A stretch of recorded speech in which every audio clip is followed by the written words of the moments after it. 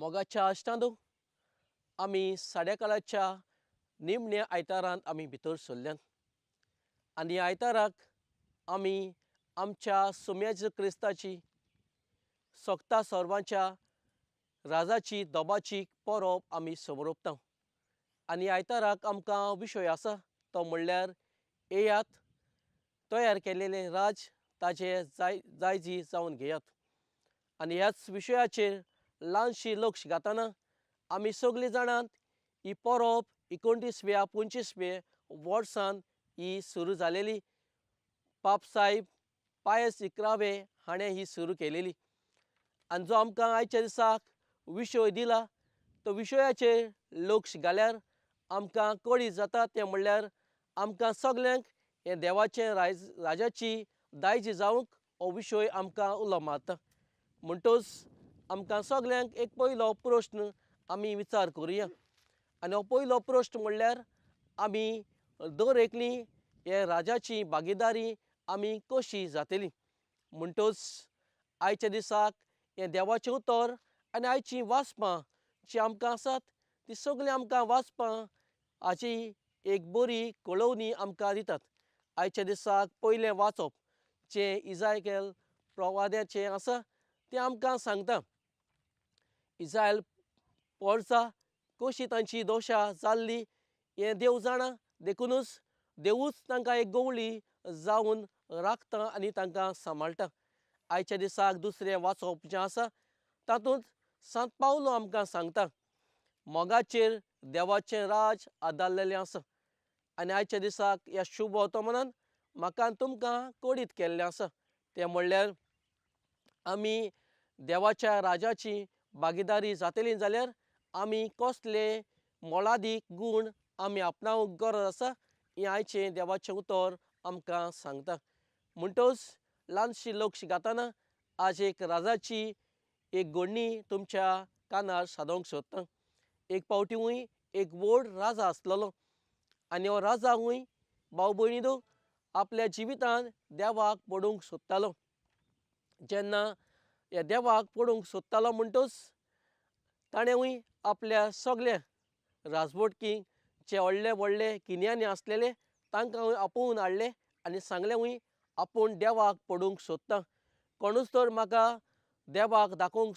शकता जाल्यार म्हजी ओदवी राजवटकी हांव ताका दितलो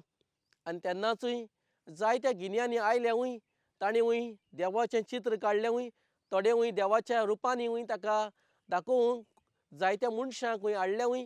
पुणूय भाव भयणीनो हे सगळे गिन्यानी ह्या राजाक देवाक दाखोवंक शकले नात निमणें हुंय एका दिसा एक भिकारी आयलो हुंय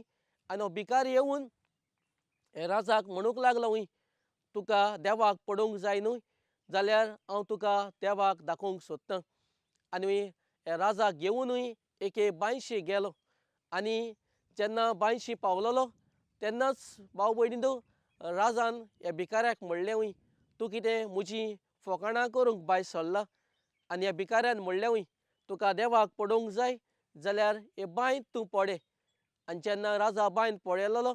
तेन्ना हुंय राजाक आपलेच मुखामोळ हे उदकांक हुंय दिश्टी पडलें आनी राजा भिकाऱ्याक म्हणूंक लागलो हुंय म्हजेच मुखामोल हे बांयंत आनी हे उदकांत म्हाका दिश्टी पडटा जाल्यार देवाक तूं दाखोवंक सोदतालो जाल्यार देव खंयसर आसा आनी तेन्नाच हे भिकाऱ्यान राजाक म्हणलें हुंय तूं देवाक पडोवंक सोदतालो जाल्यार देवाचें रूप जें तूं ताका ह्या उदकांत दिश्टी पडटा तेंच जावन आसा देवाचें रूप म्हणटच आमकां दर एकल्याक सगल्यांक देवान आपल्याच रुपान आमकां रचलेलीं आसात पळय म्हज्या भाव भयणीनो आमी घडये आमच्या राजाक पडोवंक सोदतात घडये देवाक पडोवंक सोदतात पूण सगल्यांक हे आमच्या आयच्या दिसाक परब आमी समोरपतना हे राजान आमकां दर एकल्याक आपल्याच रुपान आमकां रचलेलीं आसात हे परी आयच्या दिसाक पयली वस्त आमकां जिवितान हे परबेक आमकां फावो जाता ती म्हणल्यार आज घडये संवसारान जायते राजा आसात पूण आमचो असलो राजा आसा जो आमच्या काळजाचेर आमच्या मनाचेर आमच्या जिविताचेर अधिकार घेवन आसा आनी पयली वस्त ताणें आमच्या जिवितान केल्ली आसा ती म्हणल्यार म्हाका आनी तुमकां आपल्या रुपा भाशेन आमकां रचलेली आसात. म्हणटच आयच्या दिसाक दुसरी वस्त आमकां सगल्यांक फावो जाता ती म्हणल्यार ताचें राज जें आसा तें राज आमकां आयच्या देवाचें उतर सांगता तें म्हणल्यार नितीचें, मोगाचें, शांतीचें, एकवटाचें. म्हणटच हे राजाची आमी घडये दायज जातलीं जाल्यार आमकां सगल्यांक आमच्या चालत्या जिवितांत, आमच्या क्रिस्ती जिवितांत आमी सगळीं शांतीची, मोगाची, नितीची, एकवटाची मनशां जावंक गरज आसा.